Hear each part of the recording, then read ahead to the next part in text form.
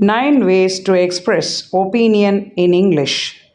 9 வழிகளில் உங்களுடைய கருத்துக்களை ஆங்கிலத்தில் எப்படி தொடக்கத்திலே தெரிவிக்கிறது அப்படின்ற சில ஸ்டார்டர்ஸ் தான் நம்ம பார்க்க போகிறோம். உங்கள் எண்ணம் எவ்வளவு நம்பிக்கைக்குரியது மற்றும் அவர்கள் உங்களை எவ்வளவு நம்ப வேண்டும் என்று நீங்கள் விரும்புகிறீர்கள் என்பதை காட்ட இது உதவுகிறது.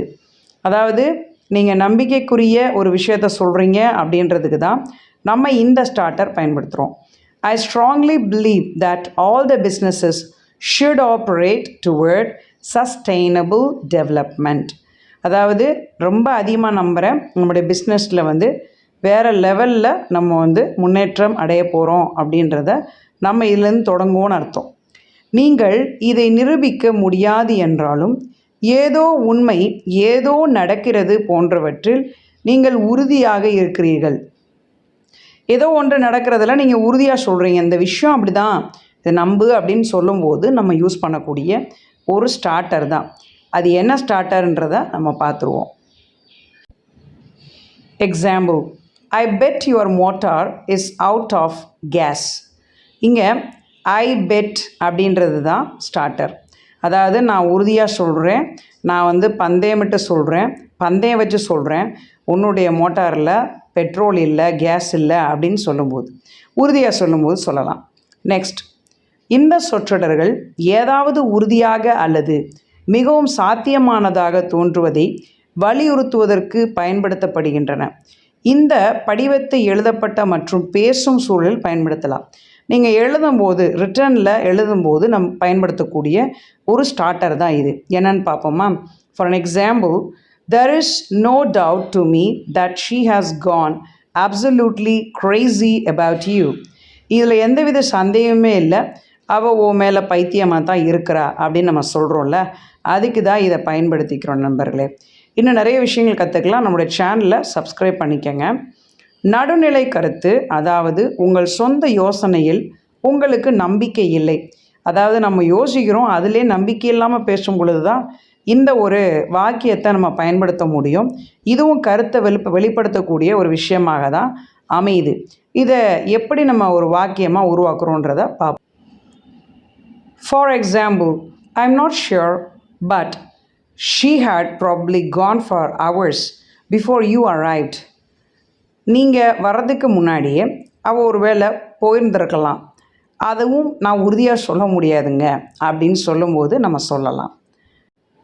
நீங்கள் உங்கள் கருத்தை தெரிவிக்க விரும்பும்போது நீங்கள் எதையாவது சிந்திக்க முனைகிறீர்கள் என்று நீங்கள் கூறலாம். ஆனால் அது மிகவும் வலுவாகவோ அல்லது திட்டவட்டமாகவோ தோன்ற விருப்பமில்லை.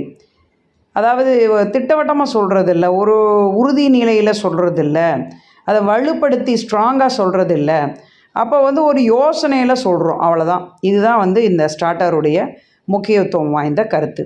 For example, I tent to think that this shirt will look better on you. அதாவது நான் ரொம்ப ஸ்ட்ராங்கானா யோசிக்கலை, ஒருவேளை இந்த ஷர்ட் நீ போட்டேன்னா உனக்கு ரொம்ப அருமையாக இருக்கும், நல்லா இருக்கும், பரவாயில்லாமல் இருக்கும் நான் நம்புகிறேன், அவ்வளோதான். இது நம்ம உறுதியாக சொல்லலை, வலுவாக சொல்லலை, அவ்வளோதான்.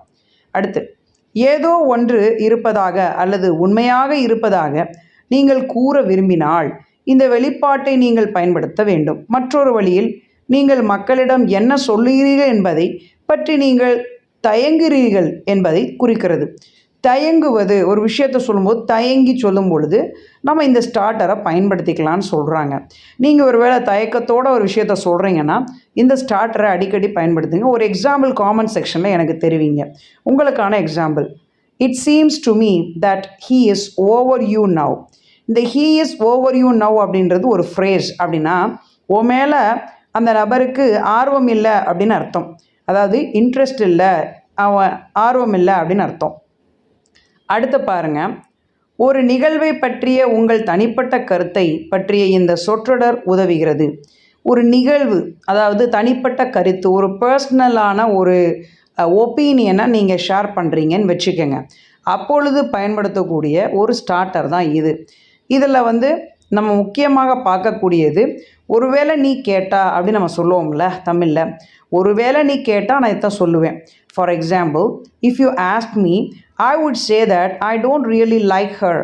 என்கிட்ட நீ கேட்டேன்னா நான் சொல்லுவேன் அந்த நபருக்கு அந்த பொண்ணை வந்து பிடிக்கல. ஐ டோன்ட் ரியலி லைக் ஹர்னா எனக்கு அவளை பிடிக்கலன்னு அர்த்தம் இங்கே.